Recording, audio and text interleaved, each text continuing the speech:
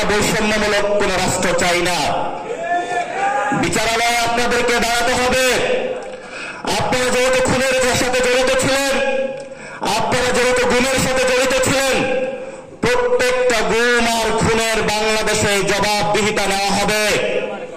আপনারা এসি বাসে চলাফেরা করবেন, আর আমার অন্য কয়েদি ভাইয়েরা একসাথে গাজাগুজি করে নিঃশ্বাস নেওয়ার জন্য প্রিজন ভ্যানে না কিছু করে রাখে।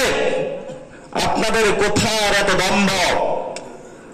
আমরা সেনাবাহিনীকে আহ্বান জানাবো, সেনাবাহিনীকে কলঙ্ক মুক্ত করার জন্য বাংলাদেশে একটি সুযোগ এসেছে। এই সুযোগকে আমাদের কাজে লাগাতে হবে। দেশপ্রেমিক সেনাবাহিনীর প্রত্যেকটি পদক্ষেপের সাথে ইনশাআল্লাহ আমরা থাকব, যদি আপনারা এদের বিচার নিশ্চিত করতে পারেন। কারণ আপনাদের কিছু অফিসার আমাদের ভাইদেরকে অন্ধকার প্রকোষ্ঠে দিনের পর দিন রেখেছে। আমরা ইলিয়াস আলীর গুমের ঘটনা জানি, আমরা অসংখ্য গুমের বাংলাদেশে সাক্ষী হয়ে রয়েছি, কিন্তু এই গুমের সাক্ষী হিসেবে আমরা সাক্ষ্য দিব। যদি আপনার বিচার থেকে পিছপা হয়ে আসেন, তাহলে আপনারা জনতার মুখোমুখি হতে বাধ্য হবেন। এজন্য আমরা সেনাবাহিনীকে আহ্বান জানাবো, আপনারা যে উদ্যোগ নিয়েছেন আমরা তো সেটাকে সাধুবাদ জানাই।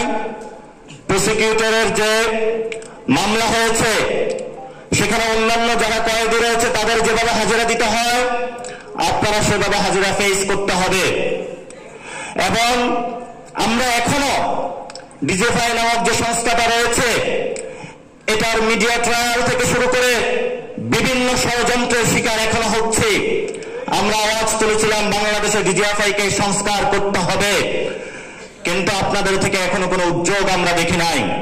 এটা আমাদের জন্য দুঃখজনক। এই জন্য আগামী ইলেকশনে, অতীতের ইলেকশনের মতো ডিজিএফআই যদি কোনো ইলেকশন ইঞ্জিনিয়ারিং করতে চায় তাহলে রাজপথে জনতার সাথে আপনাদের সাথে আমাদের লড়াই হবে। ইলেকশন কমিশনে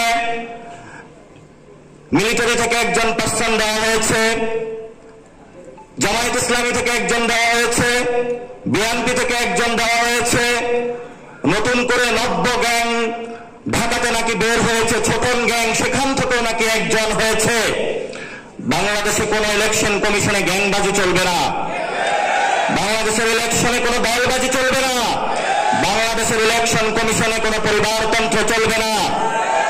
ইলেকশন কমিশনকে মিলিটারি মুক্ত করতে হবে, সিভিল ফর্মেটে ফিরিয়ে আনতে হবে, এটাকে জিয়াবাদ মুক্ত করতে হবে, জামায়াত ইসলামী মুক্ত করতে হবে, জনগণের ইলেকশন কমিশন জনগণকে ফেরত দিতে হবে। এবং আমরা শাপলার জন্য অ্যাপ্লাই করেছিলাম, আমরা তাদের সামনে গিয়ে বলেছিলাম আপনি শাপলা কেন দিবেন না। 3 ঘন্টা তার সামনে প্রশ্ন করেছিলাম, চুপ করে বসে আছে, বোবার না আসে কোনো কথা, এক কান দিয়ে শুনে আর এক কান দিয়ে বের করে দেয়।